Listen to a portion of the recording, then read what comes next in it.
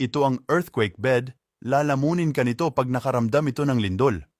Agad-agad itong mag-aangat ng harang sa paligid mo para makabuo ng matibay na kahon, papanatiliin kang ligtas sa loob at magsisilbing shelter.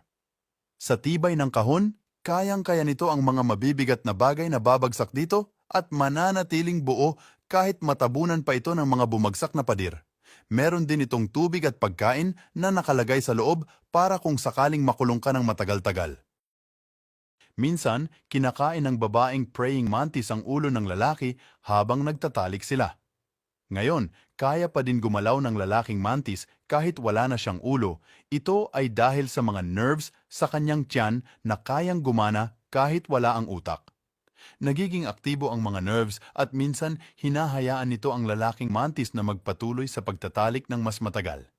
At pagtapos na sila, kakainin na ng babaeng mantis ang buong katawan